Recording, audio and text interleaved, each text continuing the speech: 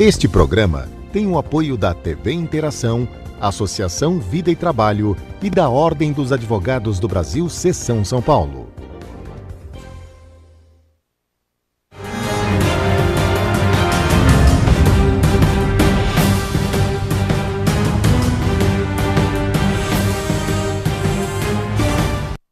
Alô, amigos, bem-vindos ao Gente que Fala. Estamos na TV aberta, canal 9 da NET, canais 8 e 186 da Vivo. Estamos na Rádio Trianon, AM 740 São Paulo, Rádio Universal, AM 810 Santos. Estamos transmitindo direto do estúdio da TV aberta através da nossa fanpage facebook.com/programa Gente que Fala.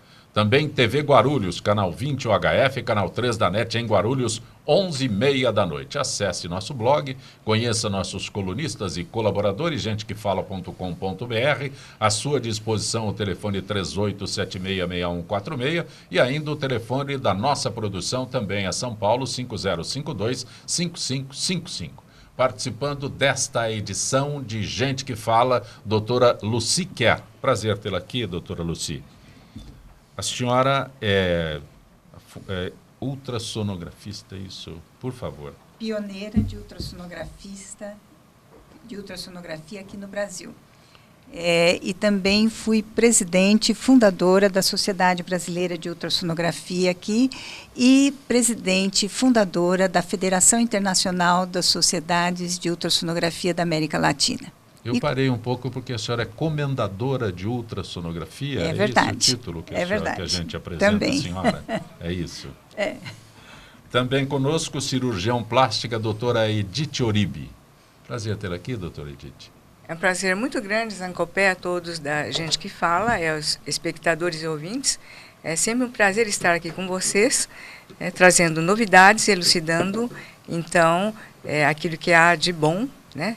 Para a felicidade de vocês dentro da nossa área da cirurgia plástica. A senhora é estética, médica e gestão de saúde, dá para fazer? Gestão de idade, desculpa, gestão da idade. Eu já me interessei nesse negócio de gestão da idade.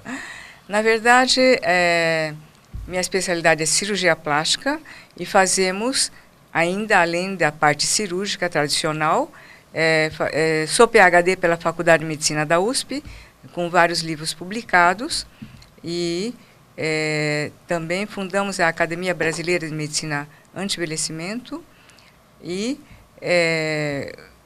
sou presidente honorária também dessa entidade.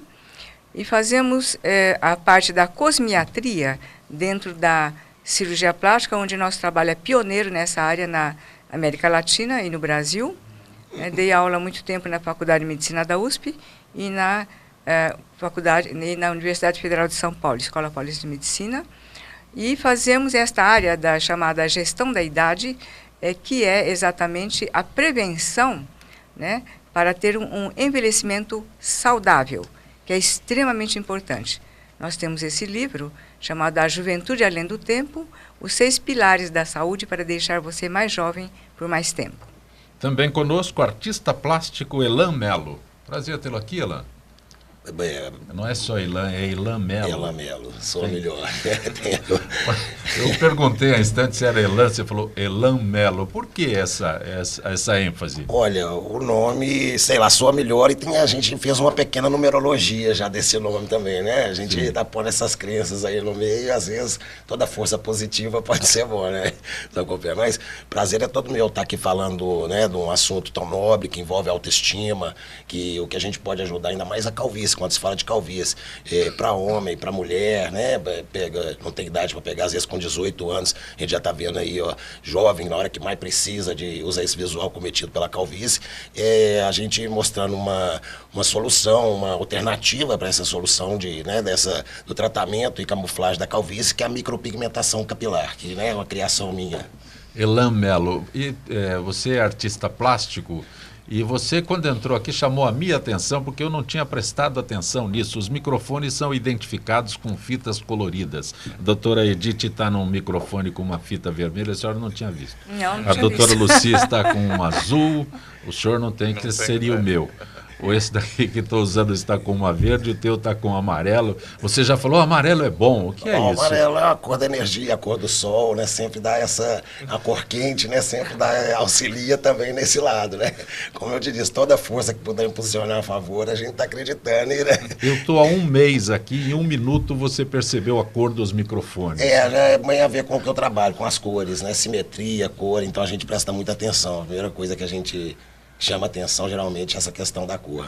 Dr. Maurício Bruschini Rodrigues Neto, urologista. Prazer tê-lo aqui, doutor Maurício.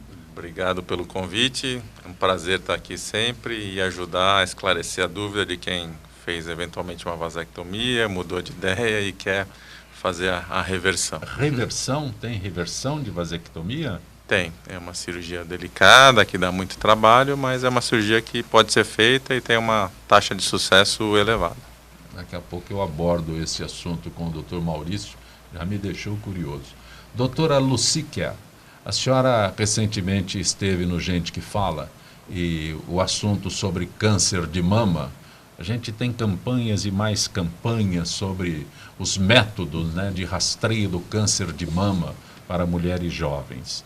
E me surpreendeu a senhora dizendo que a palpação não é tão eficiente quanto eu mesmo divulguei inúmeras vezes isso. Agora, este método que a senhora desenvolve tem uma eficiência maior?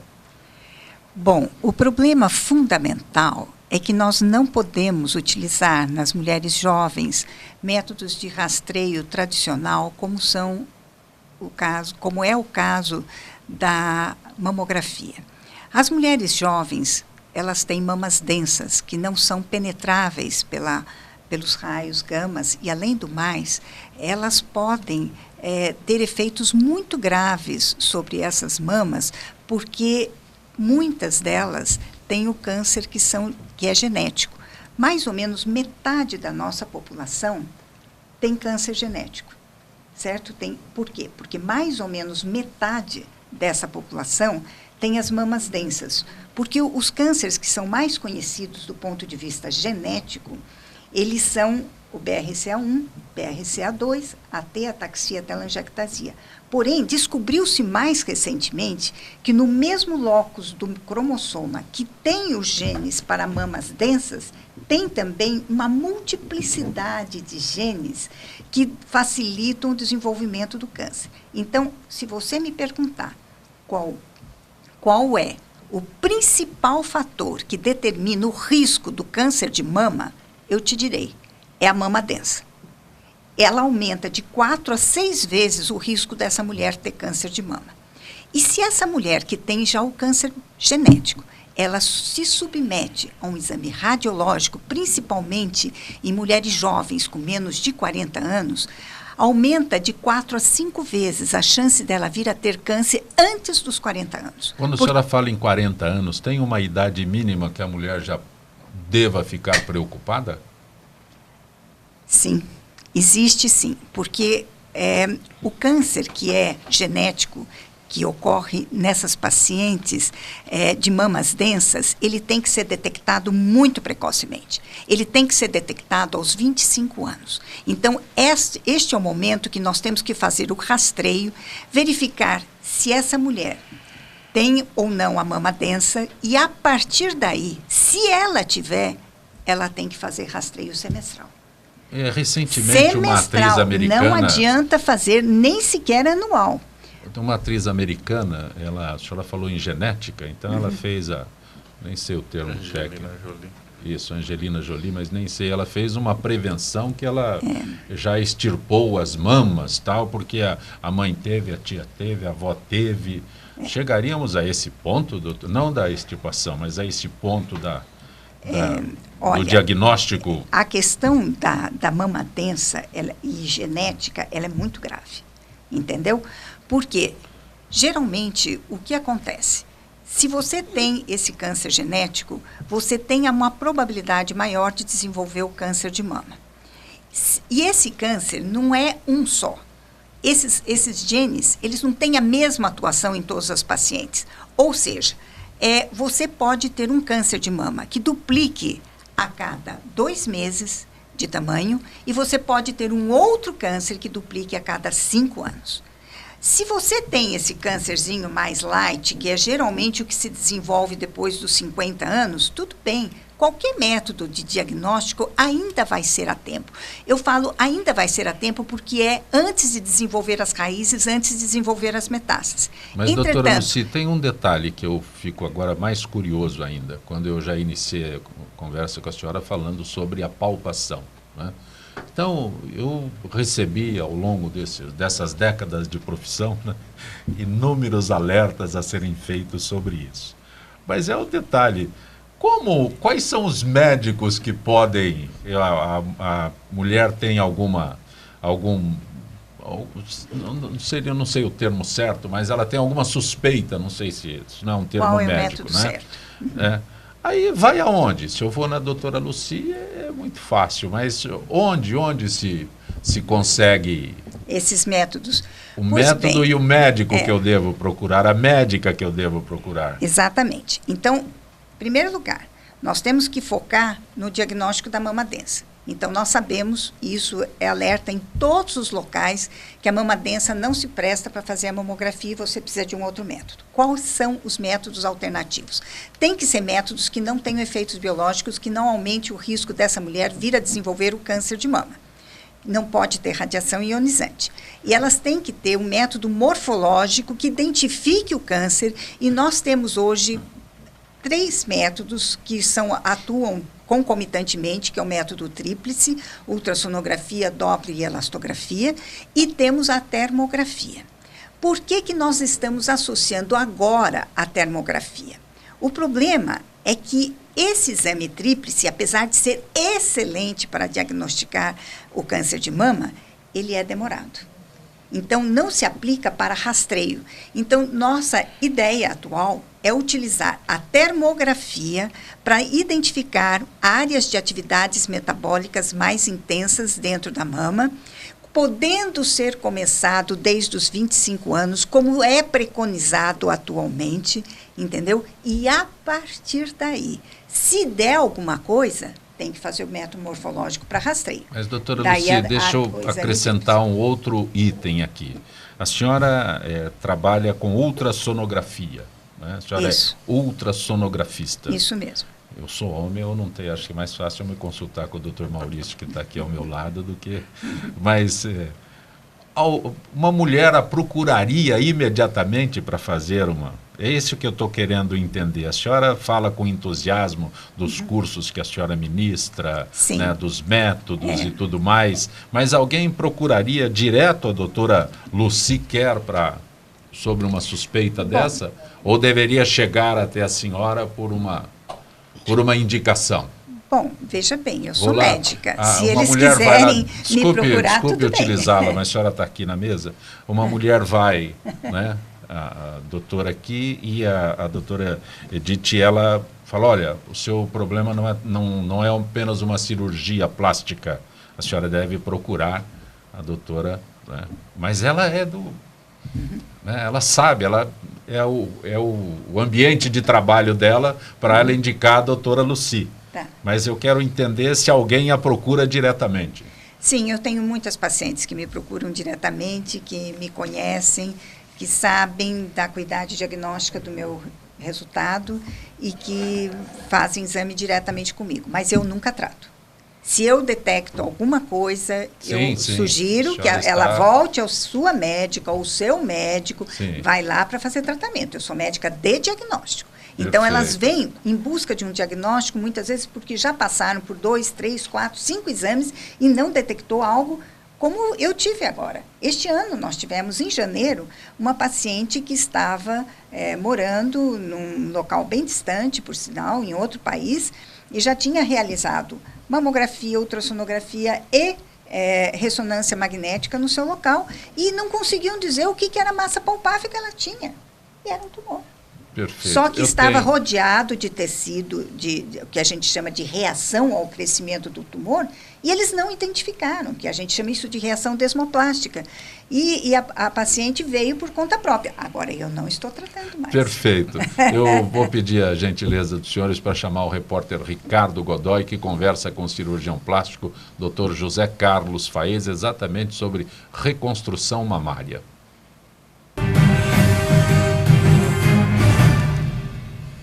Dr. José Carlos Faez, hoje vamos entender um pouquinho sobre reconstrução mamária. O que é reconstrução mamária para o nosso público entender? Bom, primeiro vamos falar do câncer de mama, né? Que é uma afecção extremamente comum no nosso meio. Imagina que hoje 1 em cada 8 mulheres, que é a epidemiologia do câncer de mama, vão evoluir em algum momento da vida com uma lesão mamária que deve ser retirada. E hoje, com os diagnósticos mais precisos, a gente consegue diagnosticar esse pessoal mais cedo, né? Esses pacientes cada vez mais cedo estão sendo diagnosticados, esses pacientes que são jovens, ou de qualquer forma, a feminilidade relacionada à mama é uma coisa extremamente importante. Está indicado sempre, de alguma forma, reparar aquele ferimento, aquela mutilação que a retirada de um câncer pode ocasionar. E a melhor forma de você superar esse problema é tentar devolver aquele mesmo aspecto, aquela mesma condição de vida pré-cirúrgica ou algo muito parecido, sem estigmatizar aquela paciente que superou uma patologia tão grave, né? Hoje já é preconizado a reconstrução no mesmo tempo da retirada do tumor, sem nenhum prejuízo para o tratamento oncológico. Isso é importante que sempre fique frisado, e com certeza é a melhor condição de devolver o paciente o mais rápido possível para aquela condição pré, com menos estigma, menos sofrimento pela própria doença. Então, se é possível, naquela mesma etapa, já reparar aquela lesão, aquela mutilação, você já realmente tem o melhor dos tratamentos, né? Felizmente, hoje a gente tem um número muito alto de reconstruções mamárias já em tempo imediato, né? Primeiro tempo, que a gente chama. Isso é um motivo até de orgulho aqui da Sociedade Brasileira de Cirurgia Plástica, que divulga constantemente essas opções técnicas e tenta informar o público sobre essas condições. Isso é muito importante no nosso meio. Bom, a gente está falando de um procedimento que tem grandes variáveis, né? Assim, desde nódulos pequenos, que você vai ressecar só parte da mama, e dessa forma, claro, que você vai ter um restabelecimento quase que completo de uma condição pré-cirúrgica, de sensibilidade e formato da mama, até os casos que são mais graves, um pouco mais avançados, ou tumores mais agressivos, que você tem que ressecar uma área maior da mama, e isso inteira, de certa forma. Inteira, e fazer uma reconstrução de todo o tecido mamário. Então, aí você vai ter mais algumas alterações relacionadas a isso. Vale colocar hoje também que a gente tem realizado com mais frequência uma cirurgia que a gente chama de preventiva, né? Os mastologistas hoje já conseguem identificar pacientes que têm alto risco, e você faz uma remoção do tecido mamário e, no mesmo tempo, o cirurgião plástico já tem a capacidade de reparar esse tecido e criar a melhor condição possível. Obrigado por mais uma informação, doutor. Você está conosco no Gente que Fala, participando desta edição, a doutora Lucy Kerr, que é a diretora executiva da Federação Internacional de Sociedade de Ultrassonografia na América Latina. Cirurgiã plástica, doutora Edith Oribe, especialista em estética médica e gestão de saúde. Artista plástico Elan Melo, criador da micropigmentação capilar. Já estou me olhando no vídeo aí para ver onde é que cabe aqui. Urologista, doutor Maurício Rodrigues Neto. Doutor Maurício, quando se fala em vasectomia, para o homem nenhum homem conta que vai lá fazer vasectomia? Não, hoje em dia mudou, isso daí é importante. Inclusive as mulheres que incentivam muito para o homem ir fazer a vasectomia. É o homem que vai de livre e espontânea vontade ou por livre e espontânea pressão da Precisa de um esposa? Empurrãozinho da esposa, e tem algumas que vão até junto para conferir, né? Se ele não vai fugir no meio do caminho. Mas existe é muito esse preconceito? Acho que caiu muito, né? Porque Sim, a mas preocupação existe, mas a preocupação é sempre ficam preocupados se vai alterar alguma coisa em termos de potência sexual. É o pós que todo mundo se preocupa. Exatamente, não muda nada, Não continua acontece exatamente igual, não diminui a quantidade de esperma, que é uma lenda, né? Não piora a libido, mantém a mesma função erétil que tinha antes, só que ele pode até melhorar, né? Porque ele fica mais tranquilo, sabendo que não vai engravidar a esposa, ele pode até melhorar a parte de relação Dá sexual. para se dimensionar o índice de homens que procuravam e que procuram hoje uma vasectomia, assume essa responsabilidade no casal? Estatisticamente eu não sei, mas eu acredito que hoje é muito difícil, mas eu acredito que mais de 50% dos casais, agora quem faz é o homem, com certeza, tranquilamente, isso é... E a pergunta que todos aqueles que se imaginam fazendo uma vasectomia, é possível como é que se diz? Reversão, Uma reversão? É possível? É possível, mas a melhor coisa é você estar decidido e ter certeza, porque a cirurgia para fazer a reversão é uma cirurgia difícil, que custa caro, é factível, mas você tem que ter certeza absoluta que quer fazer antes de pensar na reversão. Mas a reversão é feita com uma microcirurgia, usado Eu não poderia fazer uma vasectomia agora pensando numa reversão no futuro. É isso que o senhor disse, que tem que estar bem decidido. Bem decidido, porque se você está na dúvida, a mulher pode colocar um DIU, usar um outro método anticonceptivo e até esperar e ter a certeza absoluta. Porque o que acontece muitas vezes que eu vejo é paciente jovem, né, casado, faz a vasectomia, depois separa e arruma outra mulher e aí vai querer fazer a reversão. A grande maioria das vezes é isso que acontece. Então, se você não tem certeza, se o casamento não está indo bem, é melhor esperar, não fazer a vasectomia naquele momento e esperar um pouquinho mais para fazer a cirurgia. É aconselhável alguma idade que o homem já deva então, no Brasil, tomar essa decisão? No Brasil a gente tem uma lei até sobre a vasectomia a partir dos 25 anos. É lei?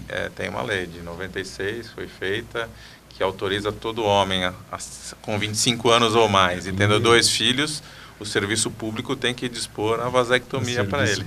Lei. Existe uma lei sobre isso? Isso, porque se você tiver menos do que 25, aí você não está autorizado a fazer. No serviço público? No serviço público, No consultório particular é complicado, porque assinando o termo de consentimento, você pode fazer, aceitando aquele termo, assinando, o médico aceitando fazer, mas é complicado você fazer uma vasectomia num paciente muito jovem. Eu sempre aconselho ele a pensar mais um pouco, esperar um pouco mais. Agora tem uma lei sobre vasectomia. Na verdade é sobre... Não. Eu estou simplificando... esterilização. Estou simplificando uma lei que determina a idade mínima para o homem fazer vasectomia. Isso até deve ser, porque tem muito caso de arrependimento, né? Exatamente. Quanto mais cedo, às vezes vai aumentar até essa a chance de arrependimento. E tem que ter 2 filhos, pelo menos. Até com os 40 a pessoa ainda não tem certeza, imagina com os 25, né? Mais uma das leis deste país.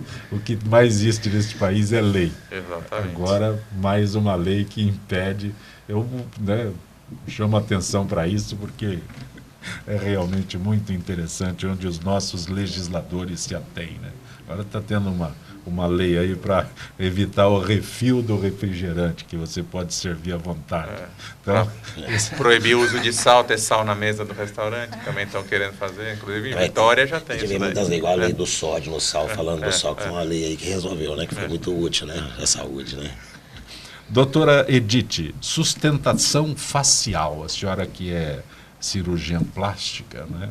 Sustentação facial, o que é isso, doutora Edith?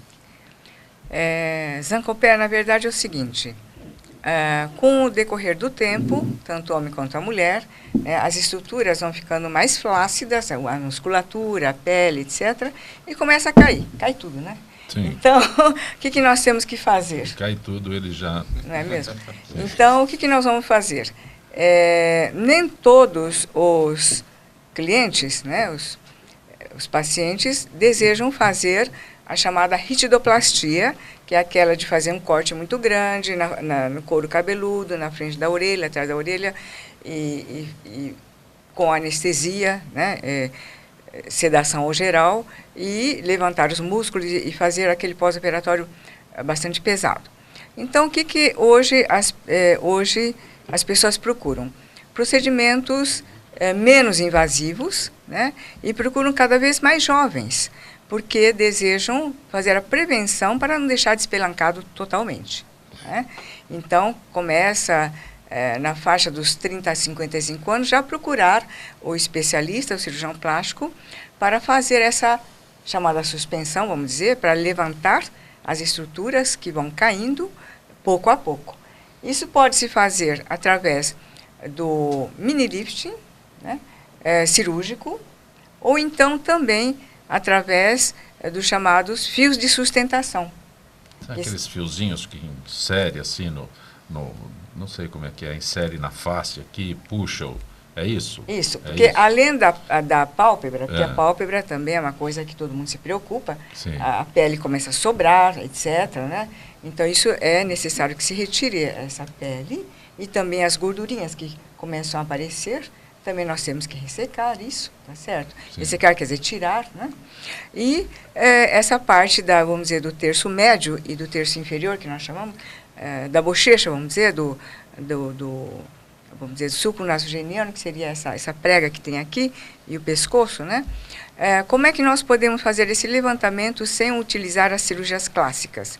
Através destes fios, né? Que existem vários tipos de fios, desde os chamados inabsorvíveis e até os absorvíveis. Os inabsorvíveis, que são bastante antigos, né? Antigamente falava-se do fio russo, etc., né? Fio de ouro, que é conhecido. Também foi falado isso. São inabsorvíveis, como diz a palavra, são fios, né?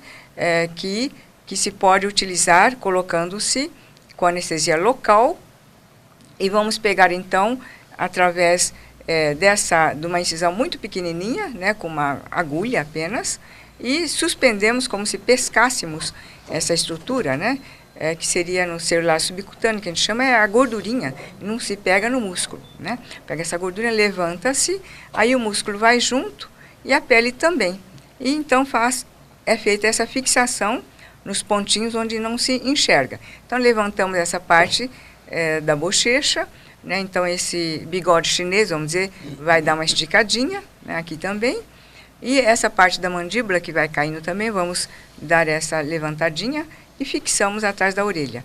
Os homens procuram esse tipo de tratamento? Nossa, homens hoje procuram demais. Mas eu demorei tanto tempo para ficar desse jeito aqui, eu vou lá para mudar com a senhora. Consegue? Com certeza, absolutamente, e será um grande prazer, né?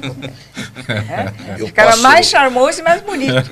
Doutora, o pós-cirúrgico desse tratamento, ele não tem, assim, não tira a pessoa de circulação no dia seguinte. Ela já trabalha sem demonstrar que não fica meio inchada. Não exagero, não é assim também. O tempo de recuperação. Não é assim também.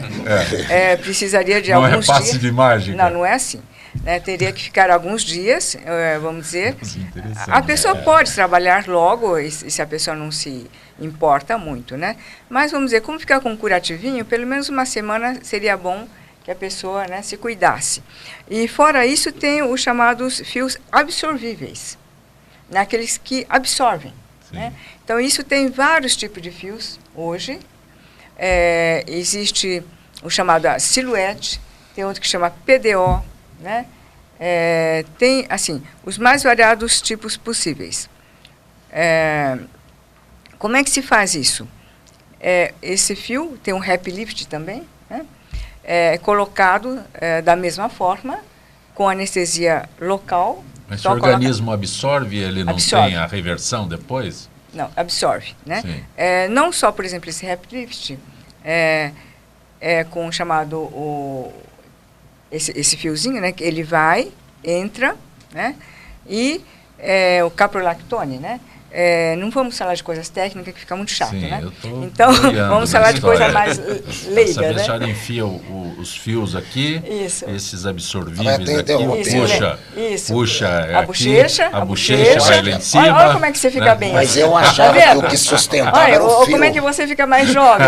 Aí. Olha aí, olha, tem toda a Roberto, indicação. Que já sustenta, estou fazendo Tem uma toda a indicação. consulta aqui, né? Com certeza.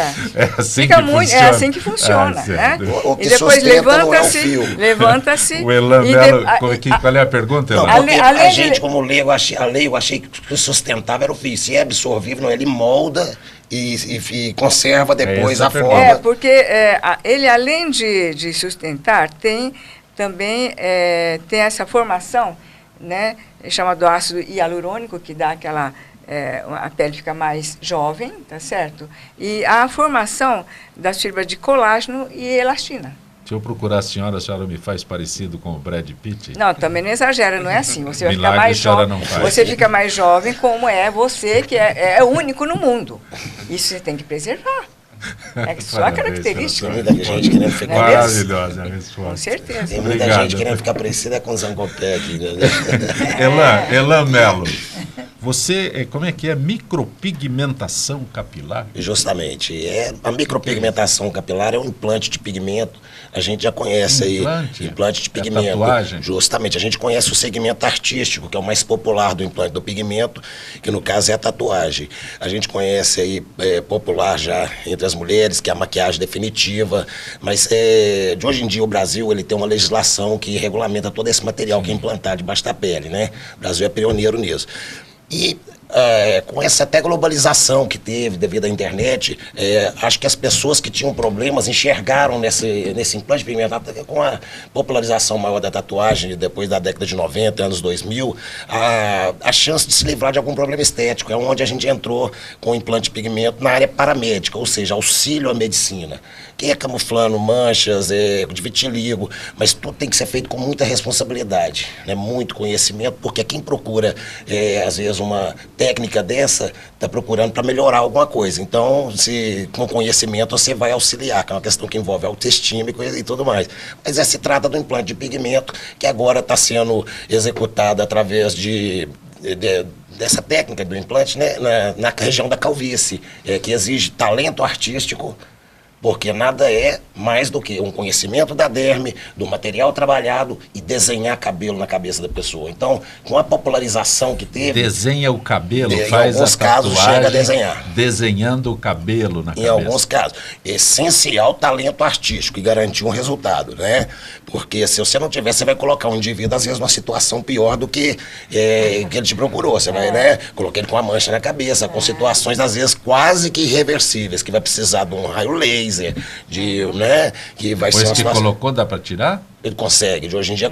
Dependendo, eu vou te falar, dependendo do tipo de implante, que se for uma técnica muito arcaica e mal feita, e esse pigmento atingir uma hipoderme, fica difícil. Esse laser vai causar uma cicatriz. Porque o laser, ele é guiado pelo pigmento, o feixe de laser. Então, se esse laser for guiado com uma camada muito profunda, onde a pele reconhece uma cicatriz, ele vai causar uma cicatriz, né? Micropigmentação.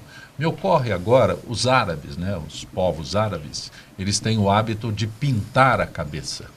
Né? Justamente. Então, eles pintam a cabeça. Justamente. Então, o que aqui as pessoas usam com muita frequência uma peruca, eles não usam a peruca, eles pintam a cabeça, mas aquilo é removível. É uma solução cosmética temporária, só vamos falar para aquele momento, né? A gente tem várias culturas que já usaram esse implante de pigmento por vários motivos, rituais, por motivos religiosos, hierárquicos em tribos, os povos maores, falar em termos de cabeça. No caso dos árabes, é uma proteção. Né? Ao invés de usar um chapéu, alguma coisa assim, uma cobertura, eles colocam essa clima, pintura, né? por causa do clima deles, fazem essa pintura no couro cabeludo para proteger do sol. Essa pigmentação a que você se refere não é uma proteção. Ela pode até se valer para uma proteção também, ela é estética. Para eu ficar mais bonito, como... apesar que ela tem, assim, ela tem uma ação fisiológica. A doutora Edith já me desiludiu. Mas ela é estética... E eu vou te falar uma coisa, dependendo de um projeto elaborado, levando em conta um histórico, um perfil de cada pessoa que procura esse procedimento, você vai ter uma solução infalível para cada um. Tem que ser certo, eu não posso pegar ninguém, como se diz, para cobaia. Vamos fazer e ver como é que vai ficar. Pelo fato dela ser fixa, se tratar de procedimento que envolve uma autoestima e numa região tão exposta, é literalmente desenhar na testa do indivíduo. Né? Então a gente tem que elaborar um bom projeto, traçando um perfil dessas Mas pessoas. a sensação de cortar o cabelo é um negócio maravilhoso, né? Para quem tem o cabelo e para quem não tem. Né? Entendeu?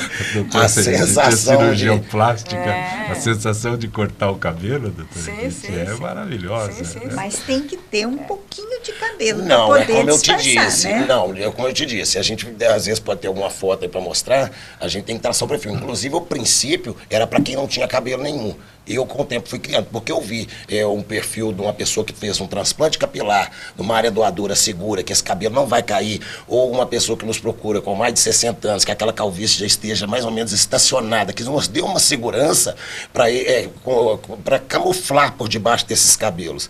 Porque até então... depois que popularizou, após eu mostrar essa técnica, as pessoas até hoje só fazem com o cabelo onde não tem nenhum. Onde eles desenham imitando as laterais. Nós desenhamos imitando a lateral que a pessoa tem passada a máquina. Aí faça um pigmento cinza claro. Lembrando sempre, é necessário talento artístico, porque você está não pode tentar. A gente está executando um desenho ali que a gente tem que fidelizar as laterais fazendo igual em cima. Então, tendo esse talento artístico, conhecimento, são fatores... Tem muita gente que te procura já? Eu faço 300 procedimentos por ano. Você falando assim, as pessoas com o envelhecimento vai perdendo cabelo, né? Justamente. Então começa a ficar aquelas falhazinhas... Lá, um dos nossos clientes... Aquelas falhazinhas lá nas dentro. entradas. Aí acho que seria muito bom fazer isso aí, né? Justamente, é como a gente falou, traçando um perfil certo das pessoas. A gente tem uma segurança maior de executar com essas pessoas que estão mais velhas, né? Porque a gente vai conseguir já estabilizar, essa calvície já estabilizada. O Belo, nosso cantor Belo também, são pessoas que procuraram, são artistas aí que trabalham com Apareceu ali a foto do Roberto Carlos, do Dedé Santana também fez conosco.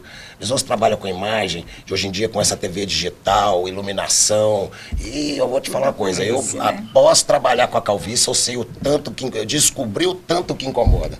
A doutora sabe disso, que às vezes são detalhes que você fala assim com o paciente. Não, às vezes você não precisava de atravessar um Brasil para fazer uma cirurgia, mas é coisa que a pessoa olha no espelho e ela não se enxerga, ela enxerga aquele detalhe. Porque a preocupação é para essa pessoa. É para essa pessoa, então, justamente. Aquilo, incomoda. E não tem jeito de convencer ela que aquilo ninguém está enxergando. Sim. Não. E quando acaba o procedimento, às vezes você dá a vida de volta para essa pessoa. Que já tinha, né? Aumenta a Você vê e fala assim, não, às vezes foi pouca alteração na estética, mas no psicológico a gente conseguiu dar de volta uma produção no trabalho, uma autoestima para o relacionamento, e daí em geral. Eu tenho pessoas aí que fizeram o procedimento, que chegam lá, depois que eu fiz o procedimento, eu tenho as namoradas de hoje em dia, as namoradas, agora pra você ver, comprei meu apartamento, estou bem no meu trabalho, eu sei que aquilo é competência dele, que é coisa que ele atingiu com a competência dele, mas para ele acredita aquilo ao pós-procedimento, entendeu? Ao pós-procedimento. Doutor Maurício, o homem que mente mais é melhor, né? Aqueles que chegam lá e depois, só com o doutor Maurício, são obrigados a contar a verdade, que essas histórias de muitas namoradas, assim... Isso hoje, aqui no Brasil, todo mundo conta muita vantagem, né? Mas a gente recebe muito paciente depois dos 60 com disfunção erétil, e é uma queixa frequente no consultório, entendeu? Mas isso é o natural. É o natural. Só que entre os amigos ele é excelente. Exatamente. Ele continua excelente. Na rodinha do bar, ali na conversa, sempre funciona muito bem. Mas essa questão é o seguinte, a pessoa tem essa capacidade, às vezes uma pessoa que tem uma aparência, tem um certo... tem todo para estar conquistando essas, mas... essa questão da autoestima tranca ele, e ele não tem capacidade de chegar para a pessoa, estar conversando, que ele fala, ela não consigo chegar. Eu falo, eu sei que não é o procedimento, mas eu não consigo chegar na pessoa com a calvície.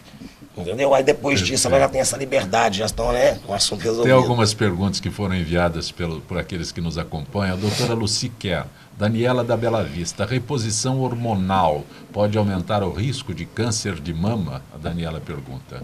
Sem dúvida nenhuma, isso já foi comprovado num estudo grande feito pelos Women's Health Initiative nos Estados Unidos na década passada. E esse estudo foi um marcador, porque até então as mulheres estavam fazendo muita reposição hormonal sem nem medir as consequências, porque iniciou-se a reposição hormonal sem que ela fosse avaliada. Só se estudou, por exemplo, mulheres, num famoso estudo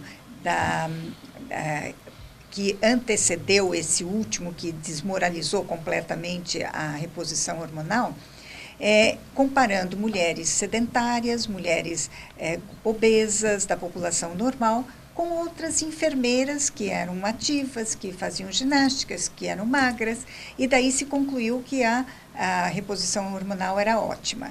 Mas, doutora Lucy, sem muito estudo confiável. Reposição hormonal. Existem tantas regras aí, tantas leis, e as pessoas conseguem uma automedicação para reposição hormonal? Tem que ser o médico que dê. Sim, Se o médico não prescrever a reposição hormonal, não é tão fácil a paciente conseguir. Porque o quadro Mas que a ela senhora aumenta descreve... definitivamente a incidência de câncer de mama. E nós temos, inclusive, a contraprova. Porque depois que surgiu esse trabalho, que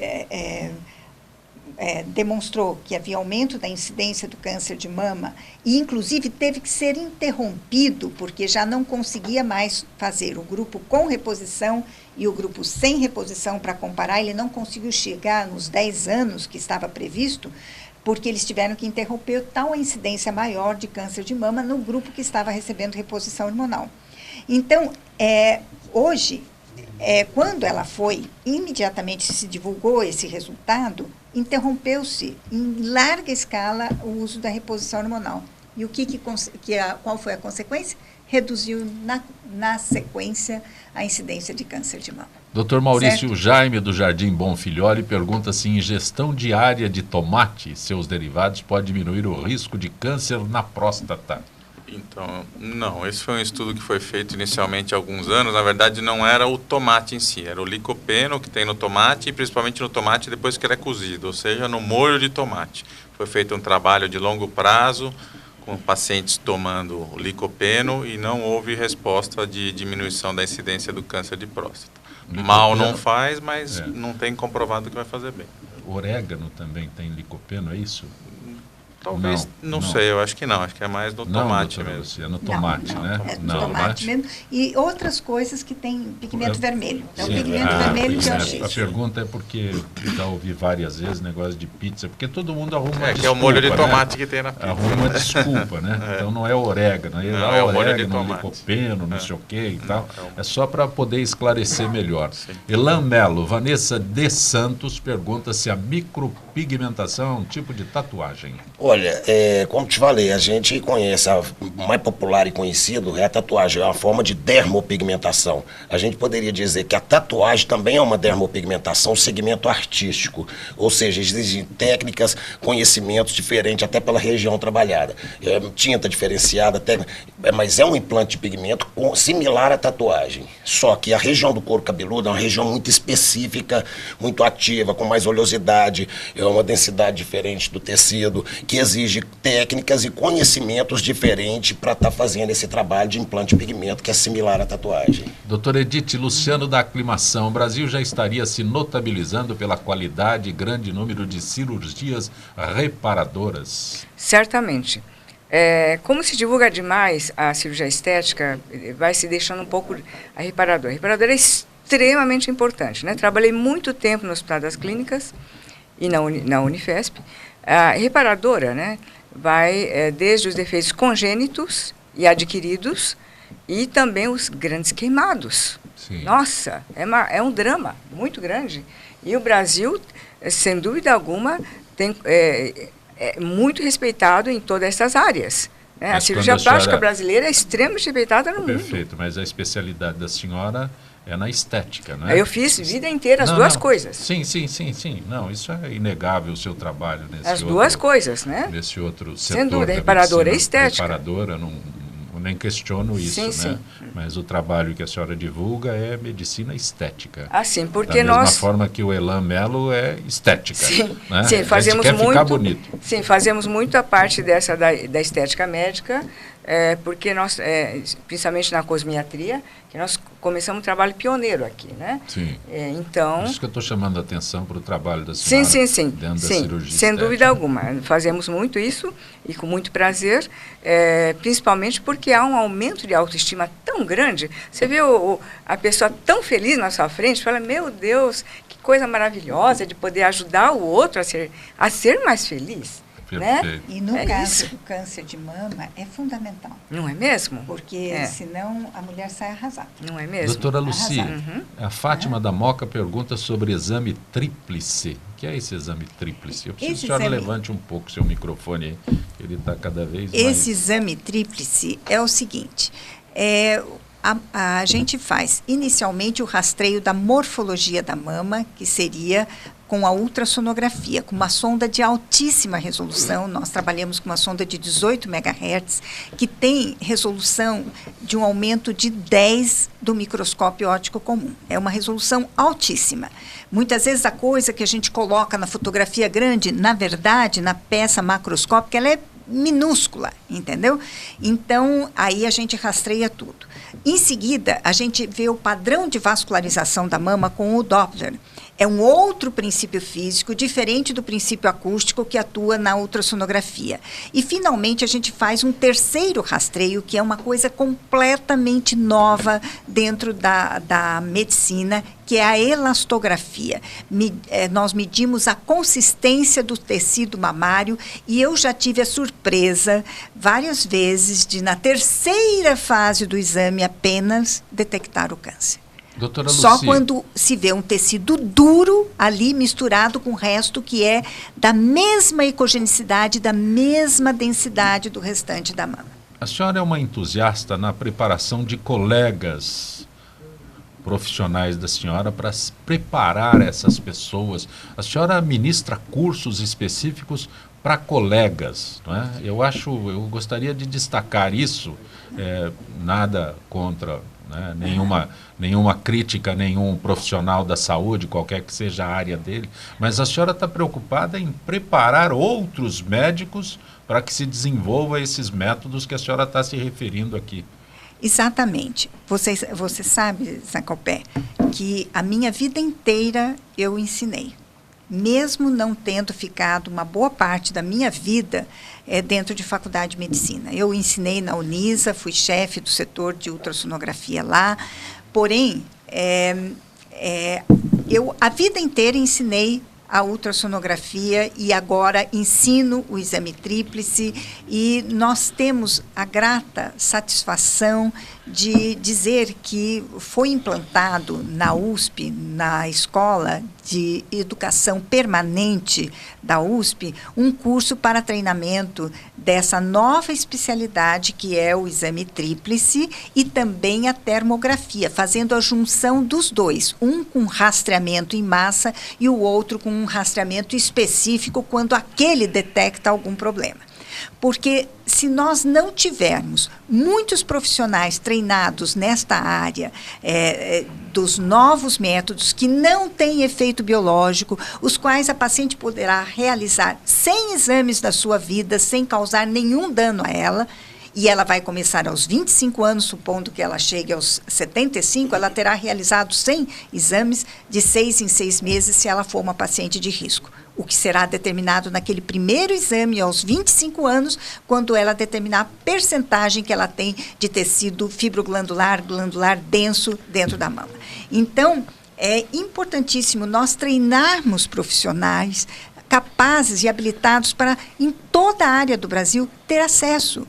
Eu percebi, quando nós começamos esta campanha, que realmente, para a substituição por um exame inóculo, destinado principalmente para as pacientes mais jovens, que não podem se submeter à radiação precocemente, que era necessário fazer esse treinamento. E graças a Deus, nós estamos conseguindo aqueles que quiserem, entrem em contato. Como os colegas podem entrar em contato? É na USP direto? É direto na USP, no site da USP, lá vão ver quem são os professores, lá vão vão ver Mas toda como? a Tem uma data. área específica que eu... Sim, se eu fosse médico, como eu chegaria até esses cursos que a senhora ministra? Tem que escrever Escola de Educação Permanente, Perfeito. Hospital das Clínicas, Faculdade de Medicina da Universidade de São É Paulo. a escola permanente que eu devo Escola procurar. de Educação Permanente. Através dessa escola de educação permanente, Isso. os profissionais chegam a esse curso Exatamente. de Lá tem especialização. todos os que cursos e Sim. vai ter esse exame tríplice termografia. Qual é o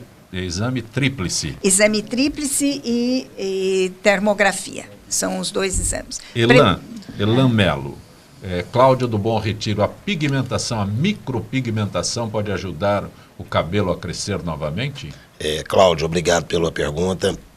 É o seguinte, é inquestionável que o processo mecânico de implante desse pigmento, ele causa uma série de ações fisiológicas, até mesmo a própria cicatrização, as etapas de cicatrizações que envolvem vitaminas, a ação de leucócitos envolvendo essa cicatrização, tudo isso age de forma positiva. A gente vai ter também ali uma renovação do tecido que já sofreu uma agressão pelo sol, por produtos químicos, até mesmo pela própria idade, sabendo que o folículo, as bordas desse folículo, ele é de epiderme. Então, com essa renovação, a gente vai ter um alargamento desse folículo, propiciando engrossar esses cabelos, ou seja, a proposta do trabalho, ela é artística, mas por observação e até embasado em próprios estudos que a gente faz através de estudos científicos, usando a medicina, a gente viu que essa resposta orgânica que tinha é embasada muito nesses processos fisiológicos. Apesar da proposta ser artística, a gente observou um ganho, ou seja, onde que tem uma vida pedindo socorro, que é esse cabelo, afinado, enfraquecido, após o procedimento, no prazo de 30, 60 até 90 dias, a gente vê que ele engrossa, que ele recupera assim, tá? Doutor Maurício, Marcelo da Barra Funda. O Marcelo pergunta se a disfunção erétil tem sempre uma causa física ou pode ser psicológica?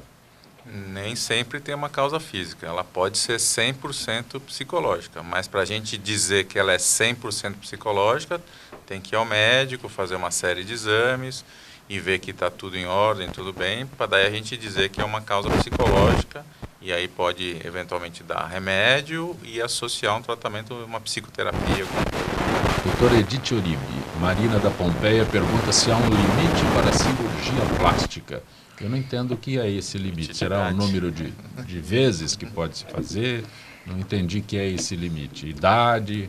Marina, realmente esse limite nós não sabemos se você está perguntando se é idade ou é número de vezes que se faz a cirurgia plástica. Não deu para entender muito bem. Sim. Porém, isso tudo, evidentemente, está no bom senso e na parte científica do cirurgião plástico de falar, não, é até aqui que nós podemos fazer, né? Não vamos exagerar, não vamos fazer tudo o que o paciente pede. Vamos ter que ter um bom senso crítico, né? Não só do ponto de vista técnico-científico, mas também de orientar essa parte emocional do paciente. Muitas vezes está muito ligada à parte emocional nessa procura. Então, nós temos um cuidado muito grande de lidar com os nossos pacientes, nossos clientes, de ver como um ser humano integral. Não só aquele pedaço, né, de pele, etc., que ela quer tirar ou quer fazer alguma coisa, ou aumentar a mama, colocar uma prótese ou coisa assim. Nós vemos o ser humano na nossa frente, quando vem pela primeira vez, como um todo, não só a parte física, mas a parte emocional e a parte espiritual. Tem algum limite na idade, deixa eu acrescentar, limite na idade que impeça alguém de procurar a doutora Edith para fazer uma cirurgia plástica? O mais importante não é a idade, Zancopé. Sim. É como essa pessoa está do ponto de vista de saúde. Pedimos todos os exames pré-operatórios antes. Perfeito. Qualquer que seja a cirurgia, pode ser menor que seja, pedimos todos os exames pré-operatórios. Competentes, né? Conscientes. Muito conscientes. E se tiver, inclusive com o laudo do cardiologista, que é extremamente importante, com o eletrocardiograma e tudo, ele tem que escrever um relatório dizendo que está ok, liberado para a cirurgia. Perfeito. Doutora Edith, aliás, eu fiz essa pergunta para o doutor Maurício há instantes, mas o Daniel da Moca. pacientes escondem dos amigos que estiveram no consultório? Acho que a pergunta aqui é dirigida especificamente para os dois. É a todos, mas depende da esconder causa. que eu fui fazer uma ultrassonografia com a doutora. Tem dois tipos de pacientes. Sim. Tem aqueles Eles que gostam de falar que foram. tem aqueles que ficaram assim super felizes, quer que todo mundo fique feliz Mas depois, quando eu chego lá, eu vou meio escondido, quando assim, vai, meio camuflado. sem dúvida, vai assim. Mas depois que a senhora faz um trabalho depois ela fica maravilhoso, que eu me felicíssima, sinto feliz, coloca até no no Facebook. É uma coisa, a mulher que faz o meu, quem gosta de mostrar pra você. E vão no cabeleireiro e falam, tal, não sei o quê. Eles ficam muito felizes, né? Agora tem outras pessoas que são mais discretas e que Mas não no caso fazem. específico da senhora, uma cirurgia estética no rosto, não há como esconder. Mas tem pessoas que não gostam, né? Sim, sim. De que comente nada que se relaciona a essa pessoa.